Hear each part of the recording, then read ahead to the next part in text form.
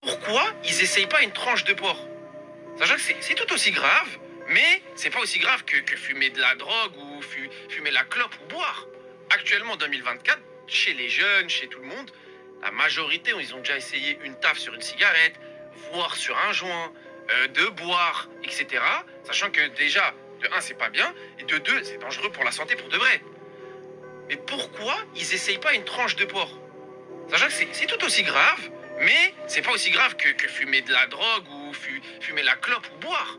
Personne va me matrixer et me dire que j'ai tort. C'est qu'il y a un blocage, t'as capté? C'est une question que je me pose.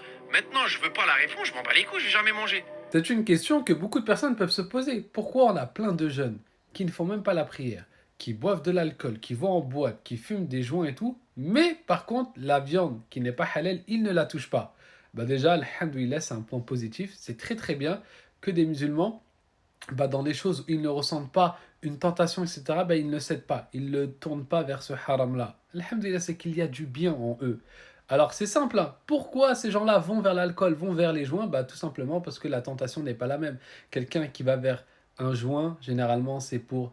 Il fume pour déstresser, pour oublier. Celui qui boit de l'alcool, pareil. Soit il est avec ses potes, il est en boîte, il est dans l'ambiance. Il veut, entre guillemets, sortir de sa zone de confort. Parce que certains, quand ils boivent, bah, ils sont plus à l'aise. Certains, quand ils boivent, ils oublient plein de problèmes. Voilà. Donc en fait, il y a une tentation, il y a un intérêt pour eux de céder à ces plaisirs-là. Bien sûr, il ne faut pas céder à cela.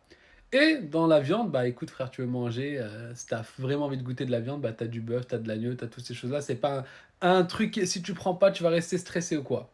Donc alhamdoulilah, déjà on est content que ces gens-là ne cèdent pas vers les choses illicites où ils n'ont pas ce besoin, ils n'ont pas ce combat. Donc voilà, qu'ils cèdent dans des péchés, bah, on espère que chacun d'entre nous, on en a tous des péchés, on espère que Dieu va nous faciliter à les arrêter.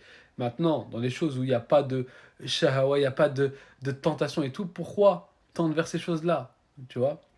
Et deuxièmement, parce que voilà, peut-être on minimise, non, c'est très très grave, hein. Manger une viande qui est haram, c'est extrêmement grave. Le prophète sallallahu alayhi wa sallam, il dit qu'un corps, une chair, qui a mangé de la nourriture illicite, elle ne rentre pas au paradis. Quand tu vas manger ton porc ou ton Big Mac ou je ne sais quoi, et que ton corps va se nourrir et que ça va couler dans ton sang, etc., cette viande haram, illicite, bah tout ton corps va prendre cette chose. C'est une dinguerie.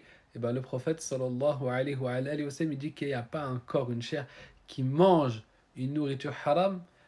Il nous dit clairement, elle ne rentrera pas au paradis. Donc c'est extrêmement grave.